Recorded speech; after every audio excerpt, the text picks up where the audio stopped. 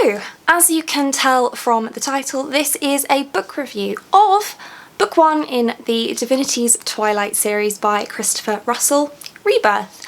And I was sent this book by Christopher, the author, in exchange for an honest review, and I hope that you know that I will always be honest with you, and I know my reading preferences pretty well by now, so I would never accept a book for free to review if I didn't think I was going to like it. So this is the first book in an epic fantasy series. It's projected to be 10 books long, with the first arc being 6 books and the second arc being 4 books. And if that sounds kind of similar to the Stormlight Archive, then you would be right. That is also a 10-book epic fantasy series, and it's not the only similarity, so I will come back to that later. This one, as with all epic fantasy, is a little bit difficult to describe the plot of, because there's an overarching plot that I don't understand the full extent of yet, because it's going to take 6 books to come to fruition,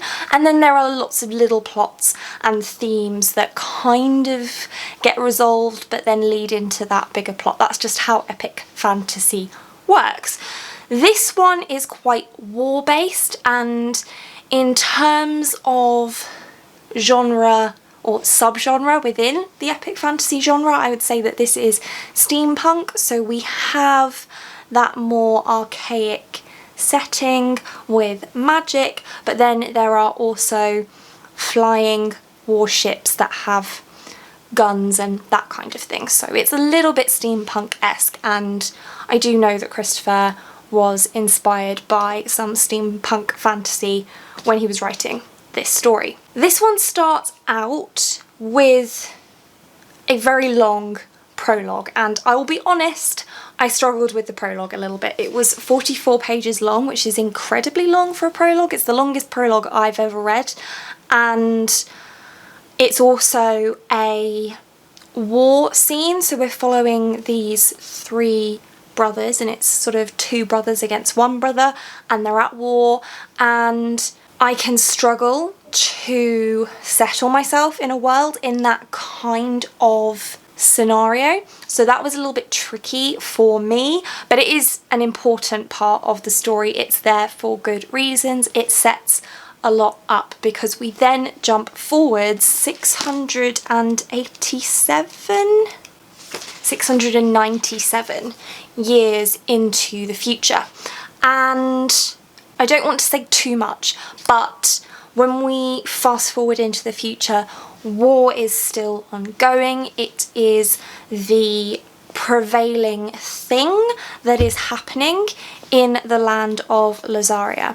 And we then follow quite a large cast of characters, as you might expect from an epic fantasy series. So that is all I will say about the plot, because I don't want to spoil anything, considering how far into an epic fantasy book you need to get before you really start to get grounded in the plot.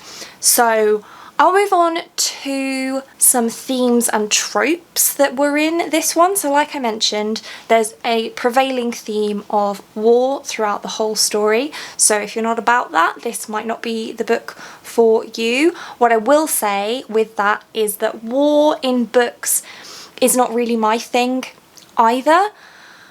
I don't mind it being in there, but when it's a major theme, I can struggle with it because I'm not a visual reader, and it can mean that I can get a little bit lost in all of the war action scenes that are happening, but they were done really, really well in this story, and it did make it much easier for me to follow and enjoy, and it didn't seem to bother me as much that I wasn't visual. It did make me struggle for that first sort of, well, the prologue and then a little bit afterwards, but then once I'd started to ground myself with the characters, it started to flow a little bit easier for me. So I wouldn't necessarily say completely put it off if war is not a theme that you enjoy, but just be aware that there's a lot of it in here, but it is well handled and described, I think. There is also a short amount of time spent in a school setting, and there is a short amount of time spent on a competition trope, which, if you know me, you may know I love a competition trope. I do think that was my favourite part of the book, but then I am biased towards competitions in books because I just love them. But we are starting to be introduced to one of the main groups of characters that we follow in this story, and presumably in this series, when we're going through that competition as well, which I thought was a really, really clever way of introducing us to those characters, because it was really fun, or at least it was for me. And that sort of brings me nicely onto the characters in this story. So like I mentioned before, this is multiple POV and there's quite a large cast of characters, which is typical in epic fantasy. There are some antagonists that I want to punch in the face. I won't say any more than that, but they are very annoying and I dislike them, but they are very nuanced. They're the kind of antagonists that you can see why they're making the decisions that they're making, and you could almost agree with them if they weren't completely screwed up. So I think that works really, really well for antagonists, and I find I enjoy that kind of antagonist better than one whose motivations I just can't comprehend at all. And then I wouldn't necessarily say there's any one protagonist in this story, but there are lots of heroes and heroines, I guess, that we follow. But I will just say that Mateus is my favourite. I do love him, and I feel like the character building and the relationship building in particular was done really well in this instalment, but there's so much room for the characters to grow as people. This book more so focuses on establishing who they are now, with a little bit on why they are the way they are, but there's still so much space for backstory and character growth, which we love to see. So I'm really looking forward to seeing how our characters are going to evolve over the course of the series. I think that will be really, really fun. There are some politics and intrigue in here, but it's not the main focus and it's not incredibly complicated. So you do get some books where the intricacies of the politics are the main driving force. When I'm talking about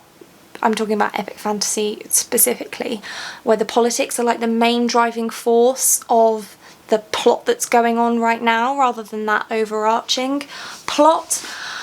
Whereas there is a little bit of that in here, but it's not the focus. Again, the focus is more the wars, and I can't really tell you much more than that without spoiling, because we don't really start to fully understand the importance of all that until sort of halfway through or a bit more. Not to say there isn't loads going on in the first half, because there is. It's just that the pieces start to come together a little bit further into the book. So there is a little bit of politics to get into. I suspect that there might be a little bit more politics in the next books.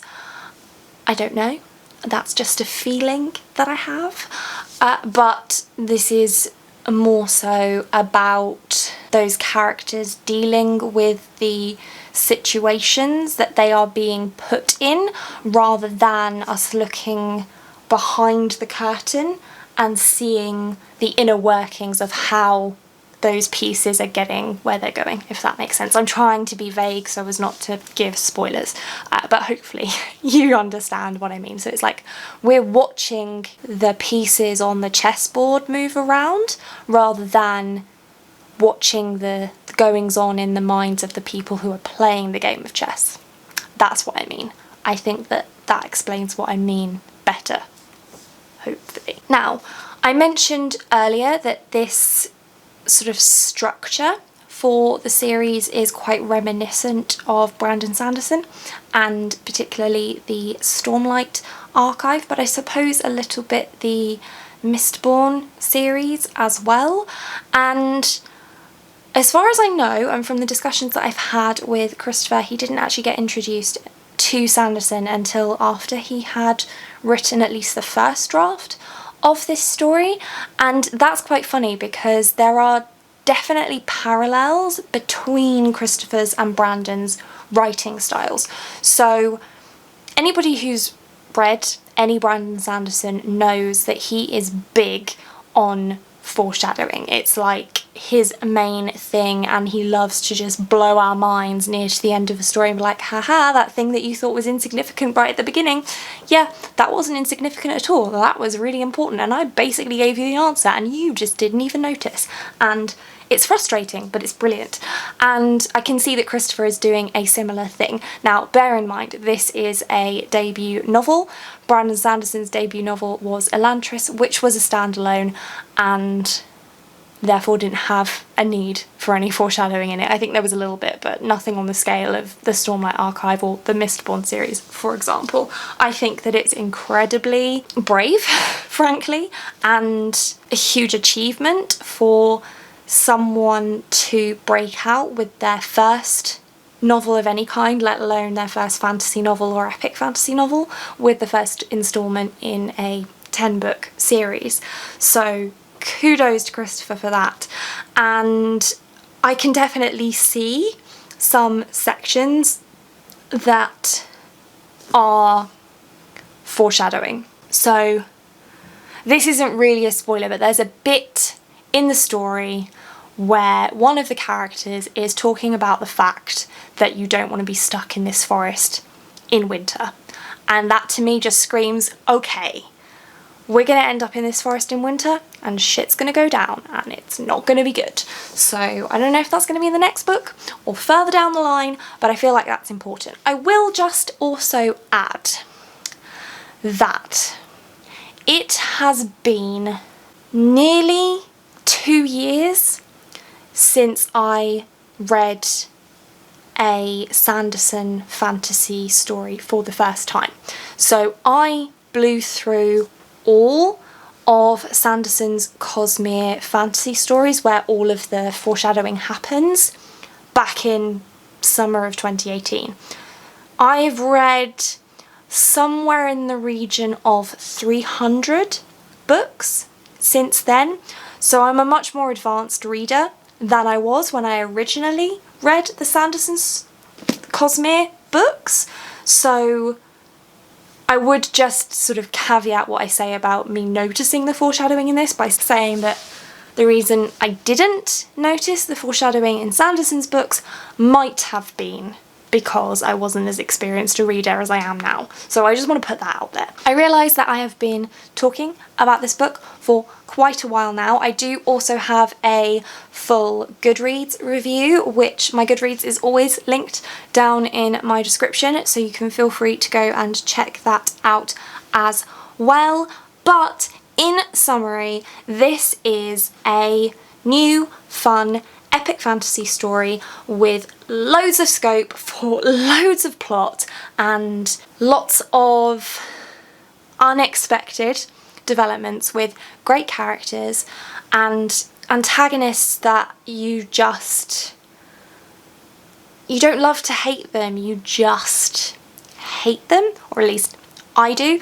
The world building is not super heavy in this one, but there's so much scope for the world to be fleshed out more as the series progresses, and I can't wait to learn more about the magic system because it is super interesting. Can't wait to read book 2, which I think Christopher is planning for 2022-ish. And before I sign off, this book is currently available as an ebook on Amazon.com at 99 cents or Amazon.co.uk for 79p, I believe, which is an incredible deal. So do go and check that out if you're an ebook reader. If not, this lovely Velvet Touch floppy paperback is available online as well, and if you want a signed copy you can buy that from Christopher's website, which I will also